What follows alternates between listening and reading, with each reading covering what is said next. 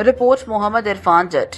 Sachil police ने छीनी गई मोटरसाइकिल बरामद करके मुलजिम को मुकाबले के बाद जख्मी हालत में गिरफ्तार कर लिया। सचिल पुलिस ने मुलजमान की मौजूदगी की इतला पर सर सैयद चौक के करीब कार्रवाई की। मुलजमान ने पुलिस पार्टी को देखते ही अंधाधुंध फायरिंग शुरू कर दी।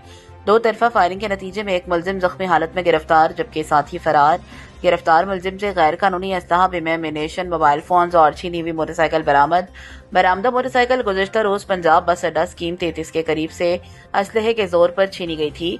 वारदात वाक़े का मुकदमा इल्जाम नंबर 632/2026 बजुर्म दफा 397/34 तेपे थाना सचिल में दर्ज है। जख्मी मुलजिम को तिब्बी इमदाद के लिए अस्पताल मुंतकिल कर दिया गया। ज़ाब्ते की कार्रवाई अमल में लाई जा रही है।